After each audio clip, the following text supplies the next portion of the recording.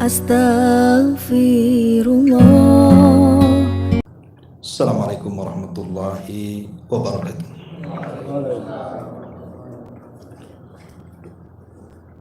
Alhamdulillah wassalatu wassalamu ala rasulillah wa ala alihi wa sahbihi wa mawalah wa la hawla wa la quwata illa billahi wa ba'du. Alhamdulillah, segala puja dan puji hanya milik Allah subhanahu wa ta'ala. Salawat dan juga salam kita hadiahkan kepada Rasul kita Nabi besar Muhammad sallallahu alaihi wa ala alihi wasallam. Pada malam hari ini kita akan lanjutkan qasasul Quran, masih dalam surah Al-Baqarah. Dan dalam surah Al-Baqarah tepat di ayat 102. Di situ ada kisah yang menarik kita kisahkan. Ulama menyebutnya dengan kisah Harut dan juga Marut. Kita baca ayatnya baru kita kisahkan dan kita akan petik faedah ayat per ayatnya. A'udzubillahi minasyaitonir rajim. Bismillahirrahmanirrahim. Wattaba'u ma tatlu syayatinu ala mulki Sulaiman wa ma kafara Sulaimanu walakinna syayatina kafaru yu'allimuna an-nasa as-sihra wa ma unzila 'alal malakaini bi Babila Haruta wa Marut wa ma yu'allimani min ahadin hatta yaqula innama nahnu fitnatun fala takfur fayata'allamuna minhuma ma yufarriquna bihi bainal mar'i wa zawji wa ma hum bidharrina bihi min ahadin illa biidznillah wa yata'allamuna ma yadhurruhum wa la yanfa'uhum wa laqad 'alima laman ishtarahu ma lahu fil akhirati min khalaq wa la bi'sa ma syaraw bihi anfusahum law kanu ya'lamun. Di sini Allah Subhanahu wa taala berfirman, dan mereka mengikuti apa yang dibaca oleh syaitan-syaitan pada masa kerajaan Sulaiman. Dan mereka mengatakan bahwa Sulaiman itu mengerjakan sihir, padahal Sulaiman tidak kafir. Hanya setan-setan itulah yang kafir. Mereka mengajarkan sihir kepada manusia dan apa yang diturunkan kepada dua orang malaikat di negeri Babil, yaitu Harut dan Marut. Sedangkan keduanya tidak mengajarkan sesuatu kepada manusia, sebelumnya mengatakan sesungguhnya kami hanya fitnah atau cobaan bagi kamu, sebab itu jangan kalian kafir. Maka mereka mempelajari dari kedua malaikat itu apa yang dengan sihir itu mereka dapat menceraikan antara suami dan istrinya. Dan mereka, maksudnya tukang-tukang sihir itu, tidak memberi madarat dengan sihirnya kepada siapapun kecuali dengan izin Allah. Dan mereka mempelajari sesuatu yang tidak memberi madarat kepada mereka, tidak pula mendapatkan manfaat dari itu. Sesungguhnya mereka telah meyakini bahwa barang siapa yang menukarkan kitab Allah dengan sihir, tidaklah baginya keuntungan di akhirat, dan amat jahatlah perbuatan mereka menjual dirinya dengan sihir kalau mereka mengetahuinya. Baik, ma'asyiral muslimin yang dimuliakan Allah Subhanahu wa taala. Ayat ini memiliki asbab nuzul. ada dua asbab nuzul yang disebutkan para ulama. Asbab nuzul yang pertama, ketika orang-orang musyrik datang kepada pembesar-pembesar Yahudi, kemudian menceritakan tentang seorang nabi yang tiba-tiba muncul mengaku nabi di Mekah. Jadi para tokoh musyrik ini datang ke kota Madinah, kemudian bertanya kepada orang Yahudi, karena mereka paham orang Yahudi itu cerdas, mungkin ada pengetahuan. Setelah kemudian menghabarkan kepada orang-orang Yahudi, maka orang Yahudi pun kemudian mengatakan kepada orang musyrik itu, katakan kepada orang yang ngaku nabi di daerahmu, maksudnya di Mekah, tentang soalan-soalan. Kalau dia sanggup menjawab berarti dia seorang nabi. Kalau tidak sanggup menjawab berarti nabi abal-abal, nabi palsu, pengakuan saja kenabiannya. Lah salah satu soalan-soalan yang ditanyakan orang Yahudi kepada orang musyrik untuk ditanyakan kepada Nabi adalah bertanya soal hakikat sihir. Tanyakan kepada dia soal hakikat sihir.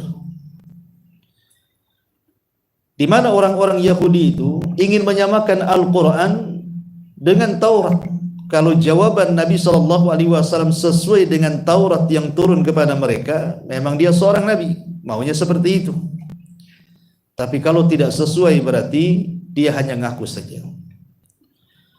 Akhirnya kemudian setelah orang-orang musyrik mendapatkan bahan, maka mereka mendatangi Nabi SAW bertanya soal hakikat sihir.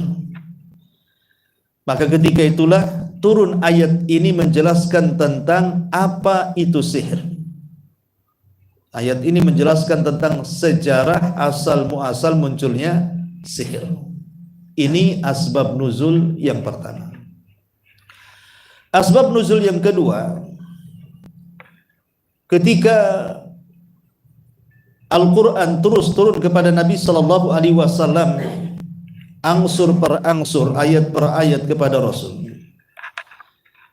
sampai kemudian Al-Quran menjelaskan tentang putra Nabiullah Daud alaihi salatu wassalam, maksudnya Nabiullah Sulaiman, di mana Nabi SAW mengatakan bahwa Nabi Sulaiman adalah seorang nabi sama dengan ayahnya Daud. Maka apa yang dikatakan Nabi SAW orang Yahudi tidak terima. Kenapa? Karena bagi mereka Sulaiman itu bukan nabi, tapi Sulaiman itu adalah penyihir. Bagaimana dikatakan nabi? Mana mungkin dikatakan nabi? Dia adalah tukang sihir. Buktinya dia bisa menundukkan segalanya. Awan ditundukkannya, binatang ditundukkannya, jin ditundukkannya. Tidak mungkin dia seorang nabi. Dia adalah tukang sihir. Lah ketika itulah maka turun ayat ini menjelaskan tentang siapa Nabi Sulaiman. Nabi Sulaiman bukan tukang sihir. Yang mengajarkan sihir itu adalah setan-setan. Makanya Allah mengatakan, wattaba'u ma tatlu syayatinu ala mulki Sulaiman wa ma kafara Sulaiman. Kalimat wa ma kafara dan Sulaiman tidak kafir artinya Sulaiman tidak mengajarkan sihir. Ketika Allah mengatakan Sulaiman tidak kafir, artinya siapapun yang mempelajari sihir bisa kafir. Dan Sulaiman tidak kafir karena dia tidak mengajarkan sihir dan tidak mempelajari sihir. Lalu siapa yang mengajarkan sihir? Maka Allah mengatakan walakinna syayatina kafaru. Setan-setan itulah yang kafir karena mereka lah yang mengajarkan sihir. Inilah di antara dua versi asbab nuzul terhadap surah Al-Baqarah ayat 102 ini. Baik, kita akan mengkisahkan tentang kisah Harut dan Marut.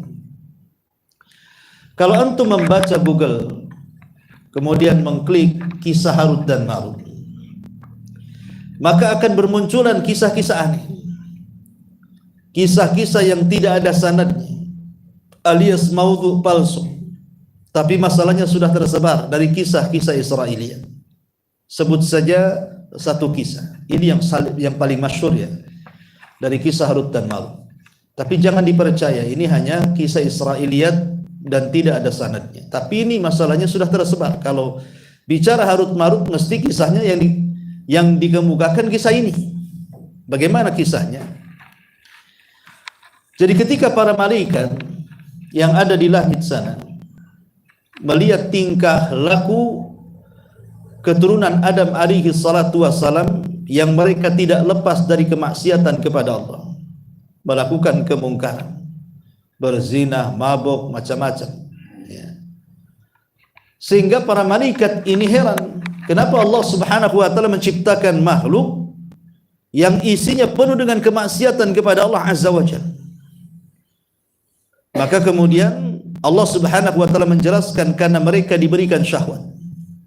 Syahwat itulah yang mendorong mereka melakukan kemaksiatan. Tetapi kemudian para malaikat ini mengatakan, tidak juga, kalau seandainya engkau berikan kami syahwat, kami pun tidak akan melakukan apa yang dilakukan Bani Adam yang memiliki syahwat. Kami akan tetap beribadah kepada-Mu. Disinilah kemudian Allah subhanahu wa ta'ala menguji mereka. Baik kalau begitu, utus di antara kalian para malaikat, malaikat terbaik. Malaikat terbaik yang ahli ibadah, yang mumpuni keilmuannya, datangkan kepada aku. Akhirnya kemudian setelah ada seleksi dari kalangan para malaikat, terpilihlah 2 malaikat. Itulah yang disebut dengan Harut dan juga Marut. Kemudian dihadapkan Harut dan Marut ini kepada Allah, dan Allah pun kemudian memberikan syahwat kepada Harut dan Marut. Berbeda dengan malaikat yang lain yang tidak punya syahwat. Kemudian 2 malaikat ini diturunkan ke bumi. Setelah diturunkan ke bumi, Allah subhanahu wa ta'ala ingin mengetes malaikat ini dengan mengutus 3 wanita cantik. Karena sekarang Harut dan Marut itu sudah punya syahwat, otomatis ada ketertarikan kepada wanita dan ingin menggaulinya.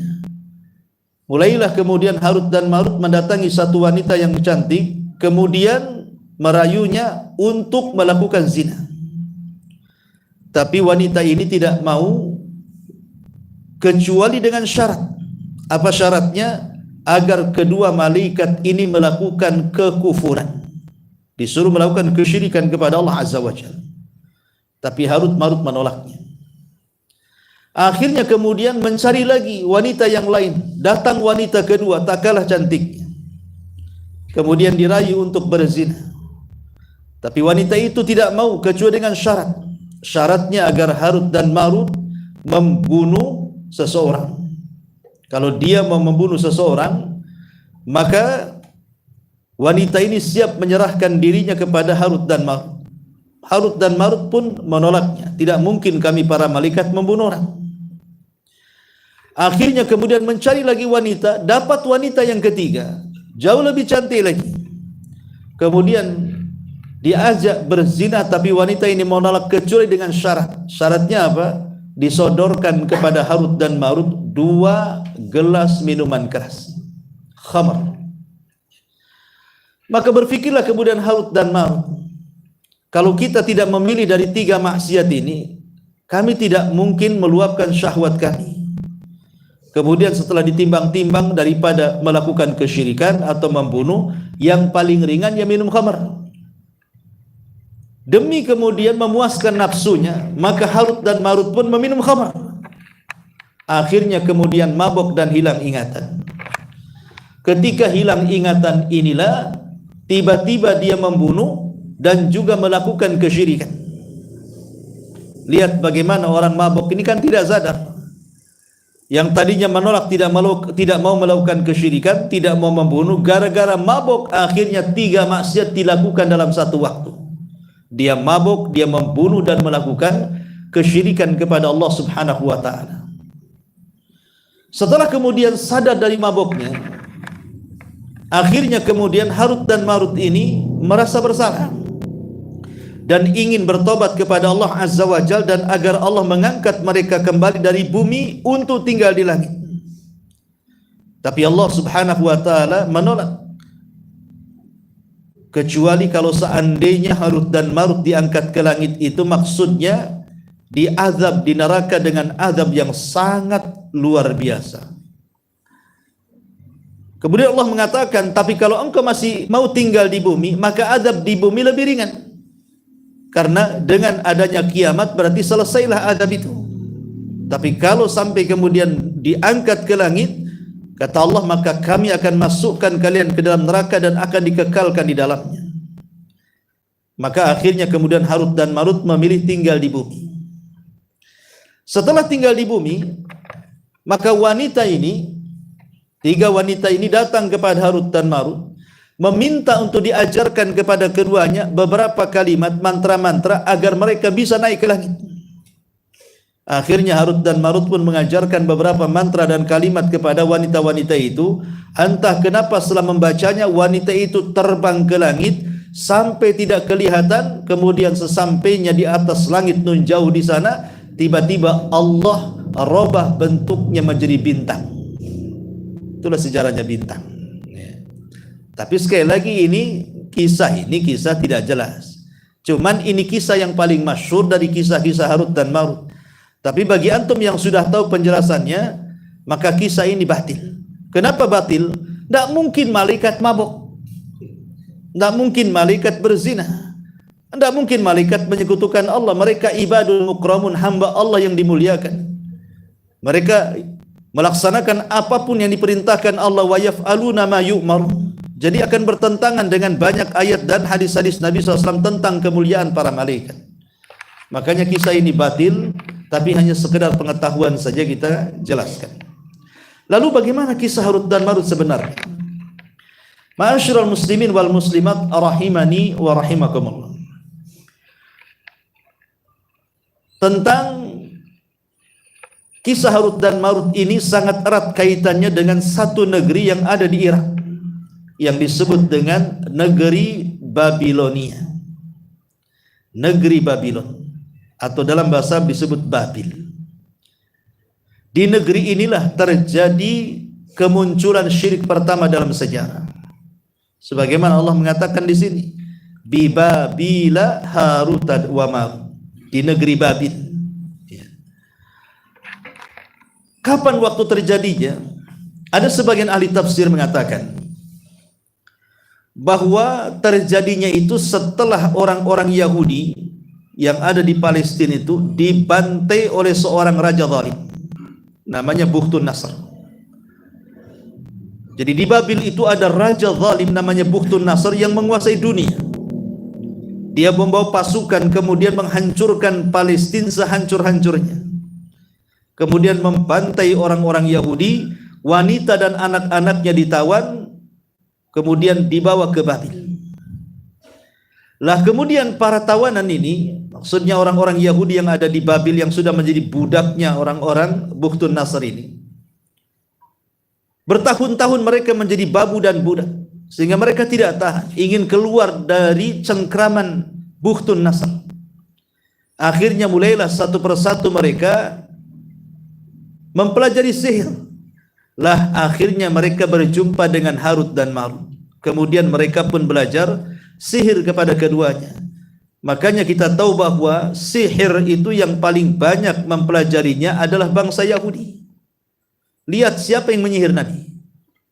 Seorang Yahudi, Labid bin Al-Sam, dengan cara mengambil sisir Nabi SAW yang terlilit rambut-rambut Rasul, kemudian dijadikan buhul, kemudian diletakkan di sumur Ranunah. Kemudian mulailah Labid ibn A'sam satu keluarga menyihir Rasul, dan berhasil. Rasul 6 bulan terkena sihir, sampai turun malaikat Jibril dan meruqyah dia, kemudian membaca surah Muawwidhataini, dan itulah sebab turunnya Qul a'udzu birabbin nas dan Qul a'udzu birabbil falaq.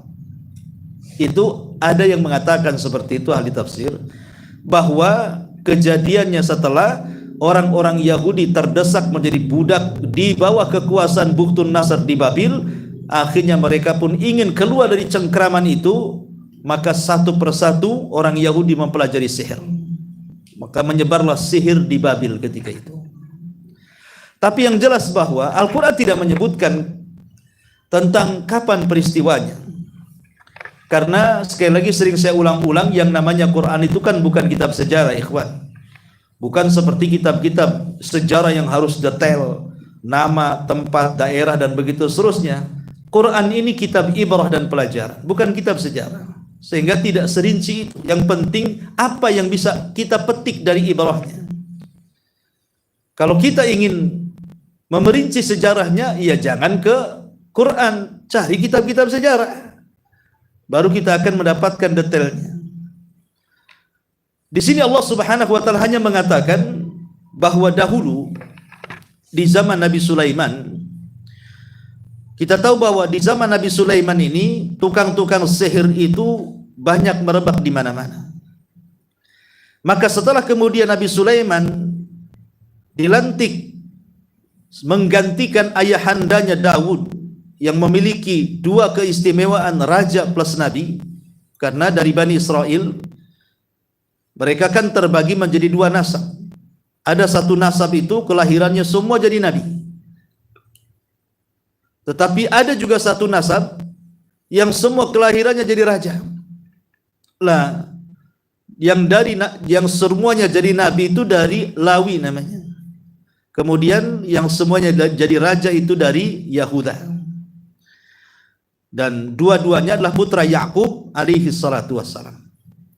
Tetapi dalam sejarah Bani Israel ada yang merangkapkan dua gelar itu, nabi plus raja, adalah Nabi Daud. Itulah satu-satunya nabi yang dicintai Bani Israel. Kemudian setelah Daud meninggal, ganti kepada Nabi Sulaiman alaihi salatu wassalam. Disinilah puncak kekuatan Bani Israel di tangan Nabi Sulaiman. Lah di zaman Nabi Sulaiman itu sihir di mana-mana. Akhirnya kemudian Sulaiman ingin memberantas tukang-tukang sihir itu, ingin merampas kitab-kitab sihir mereka. Kemudian diutuslah pasukan untuk melumpuhkan semua tukang sihir dan merampas semua kitab-kitab sihir mereka, supaya tidak ada sihir lagi. Setelah kemudian tidak ada tukang sihir satupun kecuali kemudian dilibas Sulaiman dan diambil kitabnya, maka Nabi Sulaiman meletakkan kitab-kitab sihir itu di sebuah sunduk kotak, dan kotak itu diletakkan di bawah singgasananya. Setelah kemudian kotak itu diletakkan di bawah singgasananya, Sulaiman pun kemudian mengancam siapapun yang mengambil kotak itu agar jangan pernah mendekatinya. Kata Nabi Sulaiman, kalau dia dari kalangan jin berani mengambil kotak ini, kupastikan dia terbakar. Tapi kalau dia dari kalangan manusia, kupastikan kubunuh dia. Makanya selama Nabi Sulaiman berkuasa, tidak ada yang berani mengambil kotak itu. Sampai pada waktunya Allah takdirkan Nabi Sulaiman kemudian meninggal di kursi singgasananya. Tidak ada yang tahu kapan meninggalnya, karena jin-jin itu masih bekerja. Baru setelah kemudian tongkatnya yang menyanggahnya terkena rayap, kemudian habis dimakan rayap, akhirnya tumbang tongkatnya, tumbang pula Nabi Allah Sulaiman. Barulah kalangan jin itu mengetahui Sulaiman itu sudah meninggal. Makanya kata jin, kalau kami tahu Sulaiman sudah meninggal sejak dulu, tidak mungkin kami dihinakan seperti ini, katanya. Karena bangsa jin itu sangat terhina di zaman Nabi Sulaiman. Mereka digunakan untuk tukang bangunan, membuat macam-macam ya.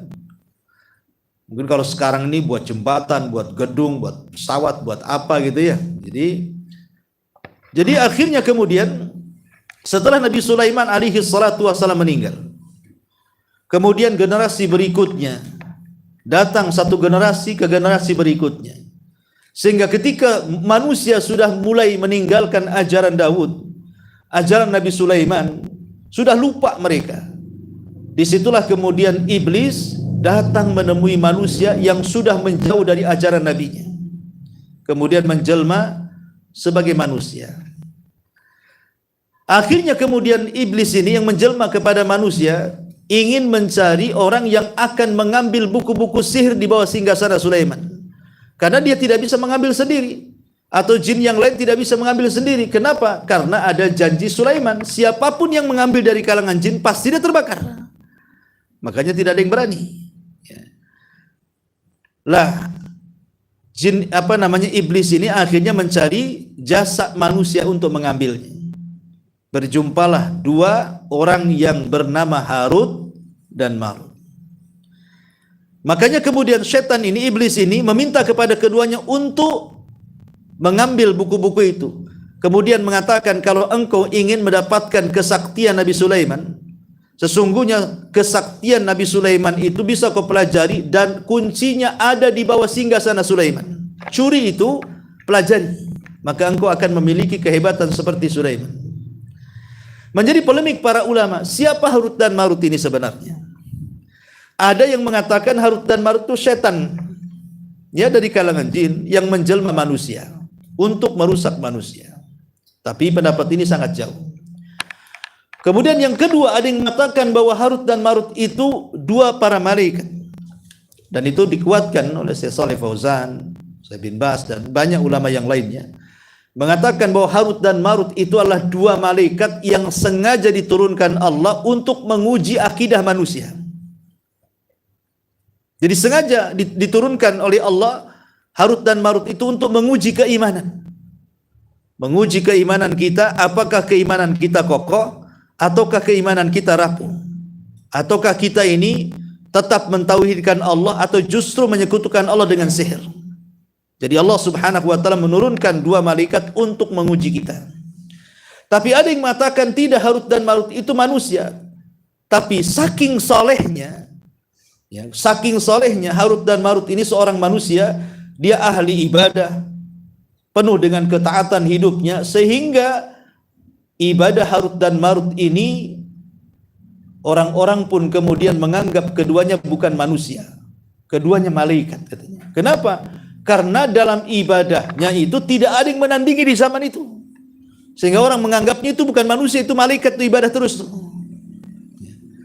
Akhirnya kemudian setan ini mendatangi keduanya, merayu untuk mengambil buku catatan di bawah singgasana Sulaiman itu. Akhirnya diambil, kemudian mereka pelajari. Saat mereka mempelajari ilmu atau kitab-kitab sihir yang ada dalam kotak itu, yang di bawah singgasana Sulaiman, maka dia pun akhirnya menguasai ilmu-ilmu sihir itu. Lah disinilah kemudian terkenalah dua orang ini, Harut dan Marut, dengan ilmu sihirnya. Maka manusia berbondong-bondong, khususnya orang-orang Yahudi Bani Israel, datang kepada Harut dan Marut ini. Mereka ingin belajar ilmu sihir yang dimiliki oleh Harut dan Marut. Tapi Harut dan Marut kemudian memperingatkan mereka, baik, saya akan ajarkan ilmu ini kepada kalian, tapi syaratnya satu. Apa? Fala takfur. Jangan kalian kufur setelah mempelajari ini. Karena ini ilmu sihir, ilmu bahaya. Bisa sampai kepada kufur.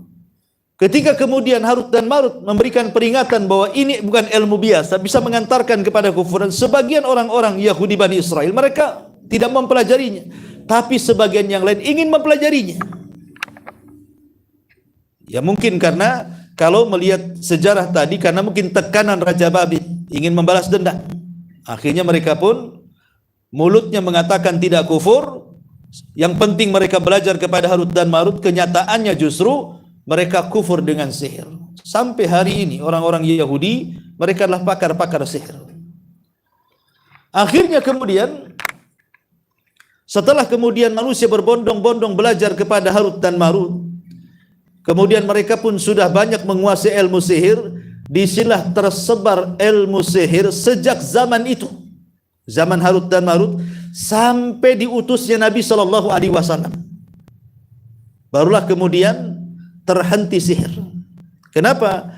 Karena kita tahu bahwa di zaman Nabi SAW Allah mengutus para malaikat untuk menjaga Nabi. Bahkan setiap jin yang naik ke langit saja ditembaki oleh meteor sehingga mati, dan tidak ada yang berani naik ke atas. Sehingga terjagalah risalah Nabi SAW sepanjang Rasul menjadi Nabi dan Rasul selama 23 tahun. Tapi sayang, setelah wafatnya Nabi SAW kembali, kemudian sihir itu merebak dari zaman itu sampai hari ini. Makin banyak sihir itu, dukun-dukun, paranormal, bomo-bomo dan yang semacamnya, makin ramai lagi, baik yang asli ataupun yang palsu.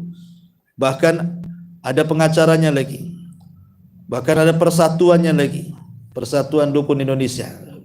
Ya. Ma'asyiral muslimin yang dimuliakan Allah Azza wa Jalla, itulah sekilas daripada globalnya ya kisah Harut dan Marut. Baik, kita akan baca ayatnya dan kita jelaskan sedikit demi sedikit. Di sini Allah Subhanahu wa taala mengatakan, wattaba'u ma tatlu syayatinu ala mulki Sulaiman. dan mereka mengikuti apa yang dibacakan oleh setan-setan pada masa kerajaan Sulaiman. Zahir ayat menunjukkan bahwa sihir tersebar di masa Nabi Sulaiman. Awal munculnya sihir di masa Nabi Sulaiman. Ada juga yang mengatakan bahwa orang yang pertama mempelajari sihir itu Namrud, si raja zalim, dari Babil juga, dari Irak sebenarnya. Tapi ayat ini menunjukkan bahwa tersebar sihir itu mulai dari zaman Nabi Sulaiman. Tersebar sihir di mana-mana. Setan yang mengajari mereka untuk melakukan itu. Kemudian Allah mengatakan, "Wa ma kafara Sulaiman." Sulaiman tidak kafir. Artinya Sulaiman tidak pernah belajar dan mengajar sihir. Sebab orang yang belajar dan mengajar sihir itu bisa kafir. Dan Sulaiman tidak kafir, artinya tidak mengajar sihir. Sulaiman seorang nabi, tidak mungkin belajar sihir. Cukup bagi dia mukjizat Allah Subhanahu wa taala. Ngapain pula belajar sihir? Bahkan mukjizat Nabi Sulaiman jauh lebih hebat dibandingkan tukang-tukang sihir. Dia tidak kafir, dia seorang nabi. Lalu siapa yang mengajarkan sihir? Allah mengatakan, "Walakinna syayatina kafaru." Setan-setanlah yang kafir. Setan-setanlah yang mengajari sihir. Dari sini kita tahu bahwa sihir itu secara definisi disebutkan oleh para ulama, ibaratun an aqdin warruqa. Jadi sihir itu sebuah ibarat dari buhul ataupun mantra-mantra. Yutawassalu biha as-sahiru ila istikhdami syayatin fi ma yuridu bihi darar al-mashur. Di mana dengan buhul dan mantra-mantra itu, tukang-tukang sihir itu mereka bekerja sama dengan setan-setan dari kalangan jin. Tujuannya adalah untuk menyakiti orang yang akan disihirnya. Dari sini kita tahu bahwa yang mengajarkan sihir itu setan. Karena definisi sihir itu adalah orang yang bekerja sama dengan setan untuk menyakiti orang yang akan disihir melalui buhul dan mantra-mantra. Makanya di sini Allah Subhanahu wa taala mengatakan, "Walakinna syayatina kafaru." Setan-setan itulah yang kafir. Yu'allimuna an-nasa sihra. Mereka mengajarkan manusia tentang ilmu sihir. Kemudian Allah mengatakan, "Wa ma unzila 'alal malakaini bi Babil Harut wa Marut." Dan tidaklah apa yang diturunkan kepada dua malaikat di Babil, Harut dan Marut. Tadi sudah saya jelaskan bahwa Harut dan Marut ada tiga pendapat. Ada yang mengatakan dia setan, ada yang mengatakan dia manusia, ada yang mengatakan dia para malaikat. Mungkin yang lebih dekat kepada kebenaran secara zahir adalah dua pendapat. Bisa saja dua malaikat memang diturunkan oleh Allah untuk menguji manusia. Bisa saja memang mereka adalah manusia yang menjadikan atau dijadikan oleh Allah Subhanahu wa taala untuk menguji manusia yang lain soal keimanan. Kemudian Allah mengatakan, "Wa ma yu'allimani min ahadin hatta yaqula innama nahnu fitnatun fala takfur." Dan tidaklah Harut dan Marut saat mengajarkan sihir kepada siapapun kecuali berkata, "Sesungguhnya kami ini fitnah, jangan kufur." Dari kata-kata di sini bahwa sihir itu sangat membahayakan. Sangat membahayakan, makanya jangan sampai dekat-dekat dengan ilmu sihir. Umpamanya zaman dulu saya masih kecil ingat kalau ke pasar-pasar itu biasanya orang menjual namanya kitab mujarobat. Pernah dengar kitab mujarobat? Ya. Itu yang isinya itu kan huruf hijaiyah terbalik-balik, a ba ba ta ta ta sa sa sa, enggak jelas tuh. Ya. Ada yang segitiga, ada yang segitiga empat, ada yang gambar orang sujud, macam-macam. Ya. Kemudian fungsinya disebutkan itu.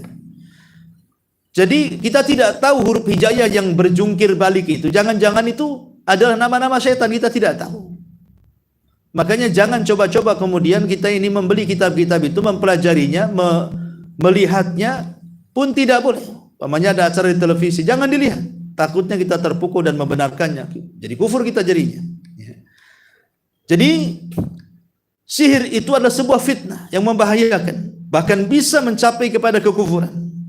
Tapi apa yang terjadi? Fayata'allamuna minhuma ma yufarriquna bihi bainal mar'i wa zawji. Mereka pun orang-orang Yahudi, Bani Israel justru mempelajari dari keduanya tentang sihir yang bisa memporak-porandakan antara pasangan suami dan istri. Ikhwatu fiddin, kalau kita cerita sedikit sihir dari zaman dulu sampai sekarang itu banyak kemiripan. Dan sihir yang paling banyak terjadi dari zaman dulu sampai hari ini adalah sihir yang berkenaan dengan suami istri. Yang pertama yang disebut dengan as-sarfu, yang kedua yang disebut dengan al-atfu. As-sarfu wal-atfu. As-sarfu artinya memisahkan, al-atfu artinya menggabungkan.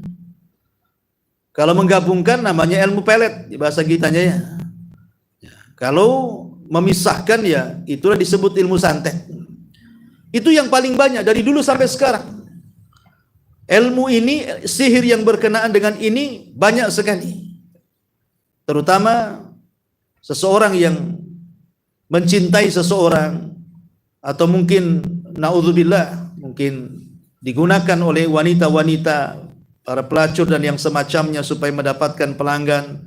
Mereka menggunakan alat kecantikan, susuk dan yang semacamnya kan itu ya.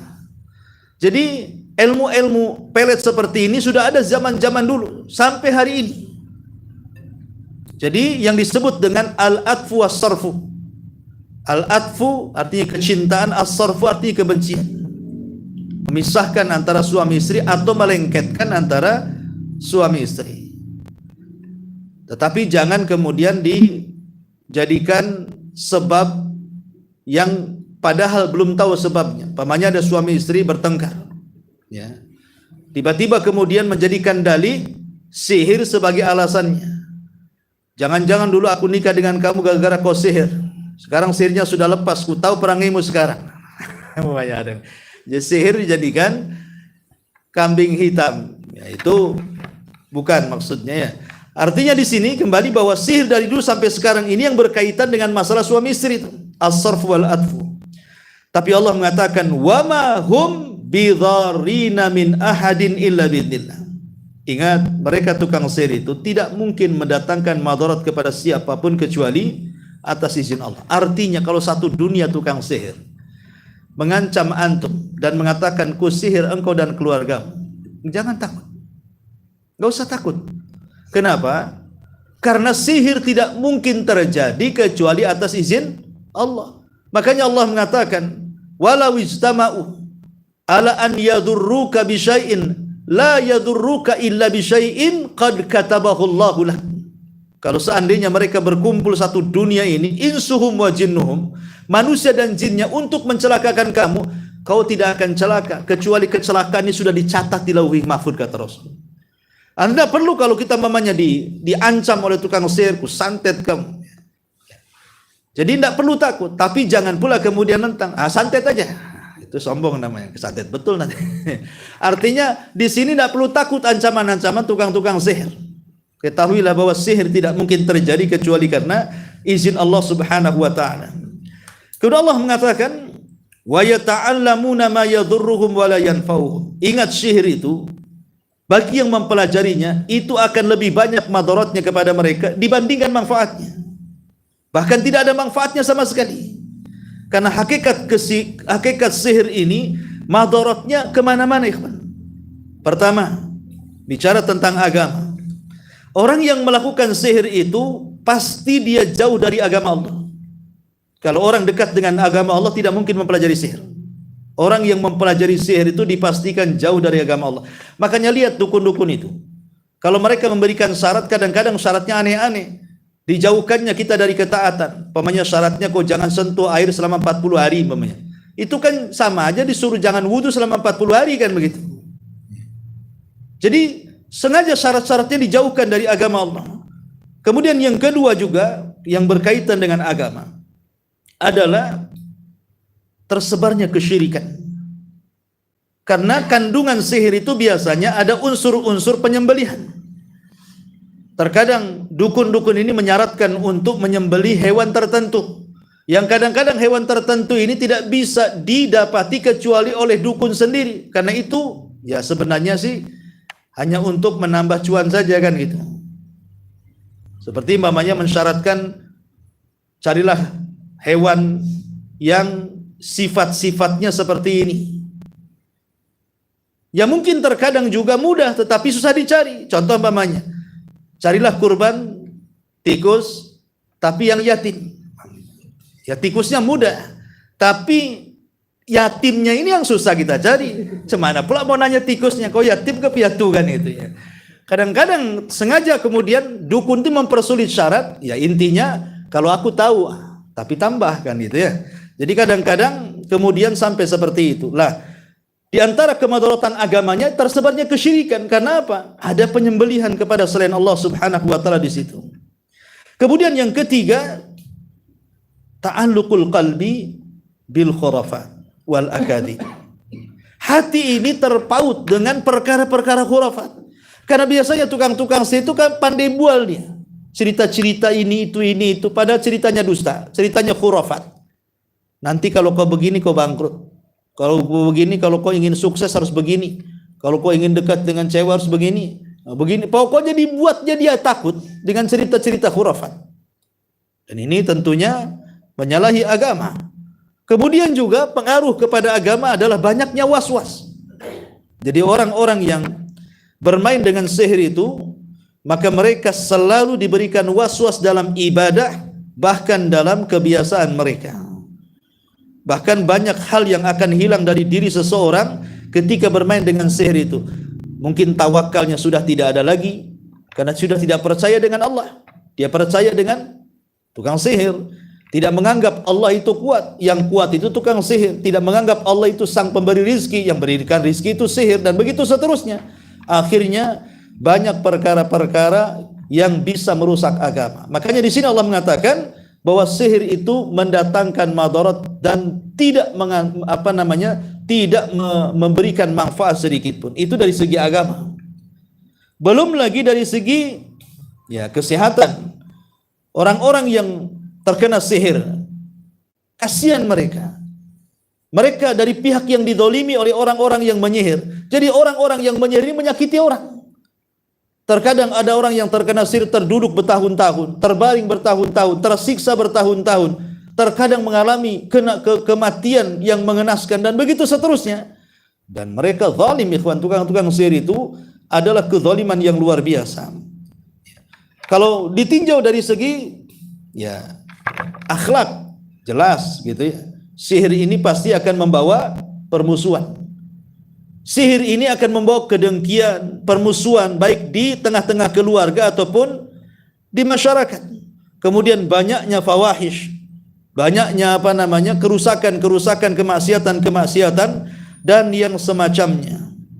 Bahkan terkadang bisa menghancurkan satu negara. Nah ini yang dikatakan oleh Allah Subhanahu wa taala, sadaqallahul azim, ketika Allah mengatakan wa yata'allamuna ma yadhurruhum wala yanfa'uhum. Mereka mempelajari apa yang memadaratkan mereka dan tidak mengambil manfaat bagi mereka sedikit pun. Kemudian Allah mengatakan walaqad alimu laman ishtarahu ma lahu fil akhirati min khalaq. Walaqad alimu. Dan sungguh mereka telah mengetahuinya bahwa barang siapa yang menukar kitab Allah dengan sihir, maka mereka tidak akan dapat bagian di akhirat.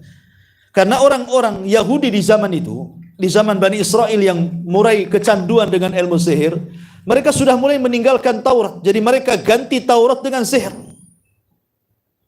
Mereka sudah tidak mau lagi membaca Taurat. Mereka sudah tidak mempelajari Taurat dan beralih kepada sihir. Dari sini kita tahu bahwa kalau orang yang mempelajari sihir dipastikan jauh dari Quran, dipastikan jauh dari sunnah Nabi SAW. Justru boleh jadi itu adalah lawan dan musuhnya.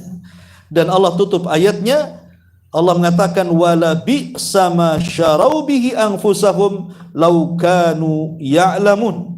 Allah mengatakan dan amat jahatlah perbuatan mereka menjual diri mereka dengan sihir kalau mereka mengetahuinya. Ma'asyiral muslimin wal muslimat rahimani wa rahimakumullah. Tentu sihir ini kan ada yang sifatnya hakiki, ada yang sifatnya majazi. Kalau secara majazi itunya bukan hakikat. Al-Imam Ibnu Katsir rahimahullahu taala menyebutkan dalam tafsirnya, bahwa sihir secara bahasa itu kan ibaratun ammalatufa wa khufiya sababuhu. Sebuah ibarat terhadap yang lembut dan tersembunyi sebabnya. Sesuatu yang tersembunyi, yang tidak tampak, itulah sihir secara bahasa. Makanya kalau kita mengambil definisi secara lugah, secara bahasa, maka banyak perkara-perkara dikategorikan sihir. Seperti umpamanya orang-orang tukang sulap. Itu kan kadang-kadang tersilap mata kita. Kok bisa? Itu kalau menurut bahasa masuk juga tukang sihir itu. Karena kan tersembunyi sebabnya kan. Kok bisa jadi burung? Kok bisa jadi ini? Kok bisa jadi itu? Secara bahasa itu bagian daripada sihir. Ataupun ucapan manusia, al-bayan. Sebagaimana Rasul mengatakan, wa inna al-bayana la sihr. Sesungguhnya dalam ucapan yang memukau itu ada sihirnya. Makanya lihat, terkadang ada seorang orator gitu ya, kalau sudah ngomong itu semua tidak ngantuk, ikut dalam suasana ucapannya, seolah-olah benar. Kalau suruh jihad ya jihad, takbir ya takbir gitu ya. Kadang-kadang ucapan orang itu membuat orang tersihir. Walaupun ada yang negatif, ada yang positif kan itu. Tergantung juga orang yang namimah, mengadu domba ke sana kemari, itu juga termasuk sihir. Karena orang yang diadu domba itu tidak tahu apakah betul orang itu mengatakan sesuatu kepada saya atau tidak. Itu kan ucapan perantara yang mengadu domba kan. Nah, itu juga bagian daripada sihir. Tapi yang dimaksud sihir di sini adalah sihir yang ada kaitannya dengan bantuan syaitan, yang bisa membuat orang sakit, lumpuh, luka, bahkan sampai membawa kepada kematian. Na'udzubillah tsumma na'udzubillah.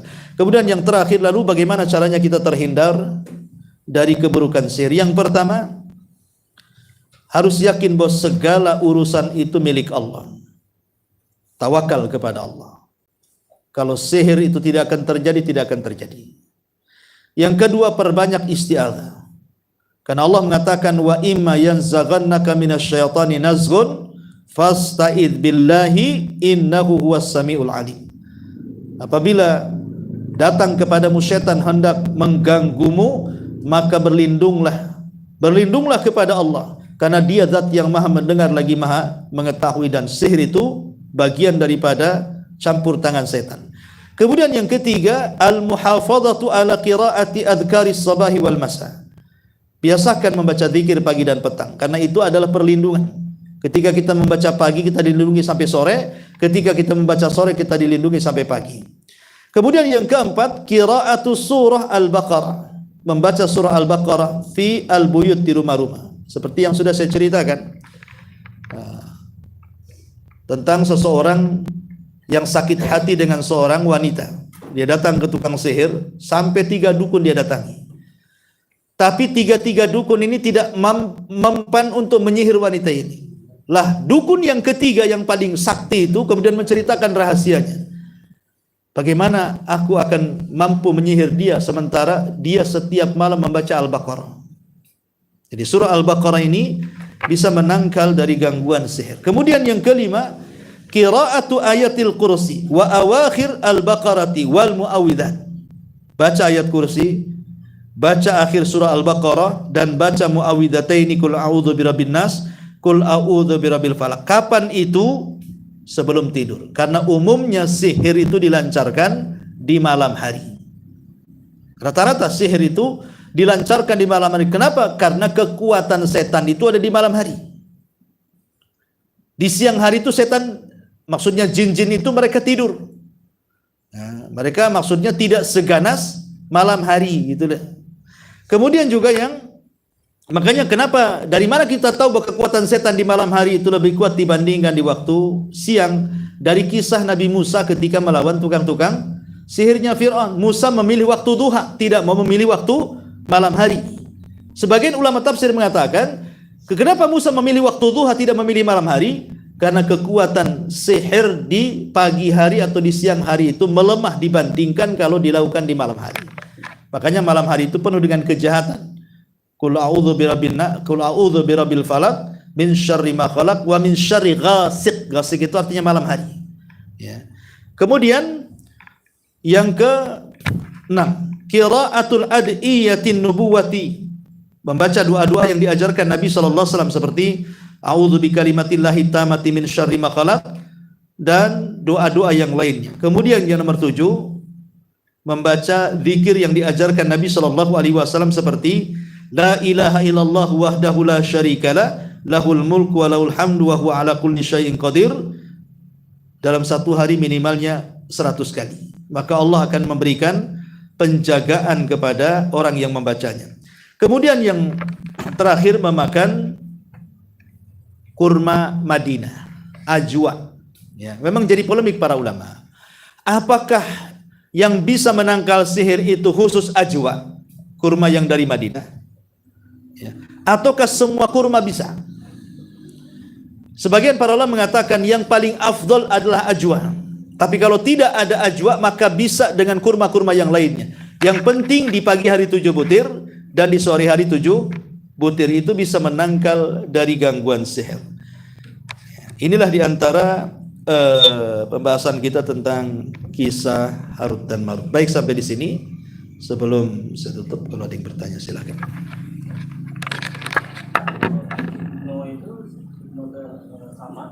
Hipnoterapi, dihipnotis. Ya, sihir itu ada 2. Saya pernah tanya kepada salah satu syekh, apakah hipnotis itu bagian daripada sihir? Beliau mengatakan ya, karena itu termasuk sihir takhil. Sihir takhil itu sihir hayalan. Ketika Nabi Musa melawan tukang-tukang sihir Fir'aun, di mana tukang-tukang sihir Fir'aun itu melemparkan tali-tali mereka. Maka Musa dihayalkan seolah-olah tali itu jadi ular, padahal tali hanya dihayalkan saja. Ya, seolah-olah apa? Nabi Musa terkena hipnotis. Siapa? Tukang sihir Fir'aun. Terkena hipnotis karena menyangka tali jadi ular, kan begitu ya. Tapi setelah kemudian Nabi Musa disuruh melemparkan tongkatnya, kemudian jadilah ular besar. Tukang-tukang sihir berusaha memantra-mantrai. Kok enggak berubah-berubah ularnya? Itu ular beneran berarti. Gitu ya. Ini berarti bukan sihir, ini kekuatan lain. Makanya mereka ketakutan, akhirnya menyerah. Tetapi syahidnya adalah Allah mengatakan yukhayyalu ilaihi annaha tas'a. Di mana Musa dihayalkan bahwa tali-tali yang bergerak-gerak itu seolah-olah ular yang akan menerkamnya. Dari sini menunjukkan bahwa hipnotis ini bagian daripada sihir yang disebut dengan sihir takhil, sihir hayalan. Orang dihayalkan, dilupakan ingatan, dihayalkan dengan yang lainnya. Terkadang mengikuti ucapan orang yang menghipnotisnya. Wallahu alam ya. Kalau saya pribadi ya itu bagian daripada sihir. Adapun kemudian hipnoterapi maksudnya untuk kesehatan dan tidak ada hubung kait dengan masalah jin, pamannya menggunakan obat dan yang lainnya, tidak ada masalah. Wallahu a'lam. Baik, kalau tidak ada sampai di sini. Ada lagi? Membunyikan murotal al-baqarah di rumah itu seperti apa? Boleh atau memang kita harus membaca? Rasulullah SAW mengatakan, man qara'a, siapa yang membaca surat al-baqarah fi baiti, surah al-baqarah di rumahnya, ya, kemudian yanfiru anhu syaitan, maka syaitan akan lari. Dari sini menunjukkan bahwa al-baqarah akan berfungsi kalau dibaca. Adapun diletakkan di dinding kayak bentuk kaligrafi, ya, karena saya pernah juga masuk ke rumah-rumah orang kampung dulu, banyak ayat kursi diletakkan di atap rumah, ya, di dinding di bawah pintu. Jadi gunanya untuk apa itu ayat kursi itu? Supaya setan tidak masuk, katanya. Setan kalau masuk ventilasi gimana pula? Lewat pintu tak masuk, ventilasi banyak pula, kan gitu ya. Masa semua ventilasi dikasih ayat kursi, kan? Jadi nggak ada gunanya ayat kursi jadi kaligrafi. Terlebih kaligrafinya nggak bisa dibaca lagi. Itu kan sudah menyelisihi tujuan Quran diturunkan untuk dibaca. Dibaca aja nggak bisa. Cuman mau dipahami karena kayak belut tulisannya, kan. Lingkar sana, lingkar sini. Sementara tidak semua orang itu ahli khat. Kecuali ada orang-orang yang pakar khat, memang paham itu khat apa bisa dibaca. Tapi orang awam kan tidak paham ilmu khat itu, sehingga nggak bisa baca gitu kan. Jadi tujuan diturunkan Quran nggak ada jadinya. Jadi intinya seperti itu. Wallahu alam. Ya. Jadi yang membaca. Tapi kalau menyetel murotal, ya tetap dapat pahala. Karena bagaimanapun telinga kita dimanjakan dengan nikmat Allah mendengarkan kalam Allah. Terkadang membaca dengan mendengar lebih meresap mendengar daripada membaca. Kita baca nggak pernah meleleh air mata. Kita mendengar orang baca Quran enak, suaranya bisa pula meleleh. Makanya Rasul satu hari memanggil Abdullah bin Mas'ud radhiyallahu untuk dibacakan padanya satu atau beberapa ayat Al-Quran. Kata Abdullah bin Mas'ud, ya tidak mungkin Rasul, Quran diturunkan kepadamu, masih saya yang baca katanya. Tapi Rasul mengatakan baca saja. Maka akhirnya Abdullah bin Mas'ud membaca surah An-Nisa sampai kepada ayat fa kaifa idza ji'na min kulli ummatin bisyahid wa ji'na bika ala haula syahida. Kata Rasul, hasbuk, cukup. Kemudian kata Abdullah bin Mas'ud, aku melihat Rasul meneteskan air mata dan membasahi janggutnya. Artinya ya perlu juga kita ini mendengar. Wallahu a'lam. Baik, sampai di sini. Subhanaka wa bihamdika asyhadu an la ilaha illa anta astaghfiruka wa atubu ilaik. Allahu taala alam. Assalamualaikum warahmatullahi wabarakatuh.